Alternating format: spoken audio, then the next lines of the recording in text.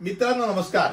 कायदेशीर माहिती देणाऱ्या माझ्या YouTube चॅनलमध्ये तुमचं स्वागत आहे. आजचा विषय कर्जमाफी योजना, ज्याला आपण ॲम्नेस्टी स्कीम म्हणतो. आता पहिला भाग असा की ॲम्नेस्टी स्कीम काय असते, म्हणजे कर्जमाफी योजना काय असते. बऱ्याच जणांना एक कौतुकाचा भाग असतो, एक कर्जमाफी झाली, अरे ते कर्ज कशाला करायचं. पण ते कर्जमाफी योजना हा शब्द जरी असला तरी त्या विविध गोष्टींकरताच्या असतात आणि त्या काय असतात त्याची आपण आज माहिती करून घेणार. पहिली गोष्ट अगदी साधं, GST amnesty scheme, sub registrar amnesty scheme, EPFO amnesty scheme, custom amnesty scheme, यासह भारतामध्ये अनेक ॲम्नेस्टी स्कीम आहेत.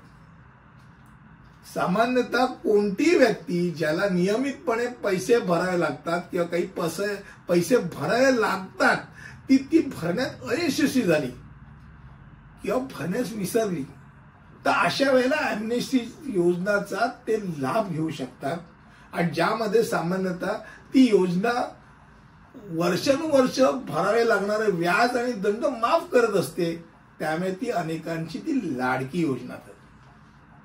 सामान्यतः भारतातील कर्जमाफी योजना ॲम्नेस्टी स्कीम केंद्र किंवा राज्य सरकारद्वारे जाहीर केली जाते आणि जे न भरलेले पैसे आहेत, की जे न गोळा होणारे पैसे आहेत, ते पटापट गोळा होतात. भारतातील या कर्जमाफी योजना साधारणतः 3 ते 4 महिन्याच्या दरम्यान खुल्या ठेवल्या जातात आणि पुढील महिन्यापर्यंत त्या परत वाढवल्याही जाऊ शकतात. म्हणजे उद्या त्यांना असं वाटतं की 4 महिन्यामध्ये अजून लोकांची भरण्याची पोझिशन चालू आहे, तर अजून 2 महिने एक्सटेन्शन देऊ शकतात. कर माफी योजनेदरम्यान करदात्यांना त्यांच्या अघोषित मालमत्ता स्वेच्छेने उघड करण्यासाठी एक विशिष्ट कालावधी दिला जातो. हे इन्कम टॅक्स कर. हे ॲम्नेस्टी स्कीम इथेही आहे तिथेही आहे. अशा वेळेला अशा प्रकारे त्यांनी घोषित केलेल्या रकमेवर अनेकदा कमी दराने कर भरणे आवश्यक असतो आणि त्यांना दंड आणि खटल्यापासून मुक्तता मिळते. म्हणजे मी डिक्लेअरच नाही केली, ॲम्नेस्टी स्कीम मध्ये मी डिक्लेअर केली, तर त्याकरता ठराविक जे काही त्याला शुल्क आहे ते त्यांनी भरलं, पण दंड आणि खटला वाचला ना. मुद्रांक शुल्काची ॲम्नेस्टी स्कीम ती एक वेगळीच असते. बऱ्याच वेळेला मालमत्ता असते, तो मालमत्ताचा खरेदीदार असतो, त्यांनी मुद्रांक कमी भरून ती मालमत्ता समजा विकत घेतली असेल किंवा मुद्रांक भरलाच नसेल, तर अशा वेळेला ज्या वेळेला ॲम्नेस्टी स्कीम जाहीर होते त्यावेळेला त्या दरम्यान तो उर्वरित जो मुद्रांक भरायचा राहिला आहे, समजा धरून त्याला 4 लाख मुद्रांक भरायचा, त्यांनी 3.5 भरला, 50,000 भरायचा बाकी ठेवला, तर या ॲम्नेस्टी स्कीमच्या दरम्यान तो 50,000 भरू शकतो.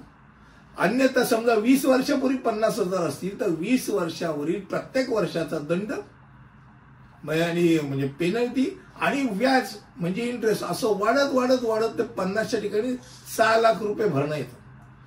तर ॲम्नेस्टी स्कीम मध्ये त्या 50,000 मध्येच त्यातून आपली सुटका करता येते. त्यामुळे मुद्रांक शुल्क दायित्व असलेल्या मालकांना सवलत देण्यासाठी तयार करण्यात आलेली एक सरकारची योजना असते. त्यामुळे थकीत मुद्रांक शुल्कावरील व्याज आणि दंडाची माफी केली जाते, पण मुद्रांक भरलं जातं. आतापर्यंत मी ज्या व्हिडिओमध्ये खास करून जी माहिती देत आलोय ती ही की कर्जमाफी योजना किंवा ॲम्नेस्टी स्कीम या अशा योजना असतात की जेणेकरून जे राहून गेले ते रेग्युलराइज करण्याकरता दंड माफ, इंटरेस्ट म्हणजे व्याज माफ करून त्या माणसाला एक लालूच दाखवला जातो की तू रेग्युलराइज कर, जे न भरलेले ते रेग्युलराइज करून घे आणि नियमितरित्या परत नियमितता आण. मला वाटतं कमी शब्दामध्ये तुमच्यासमोर हा विषय मांडला. पुढील व्हिडिओमध्ये असंच काहीतरी नवीन घेऊन येईल. तिथपर्यंत इथेच थांबतो. धन्यवाद.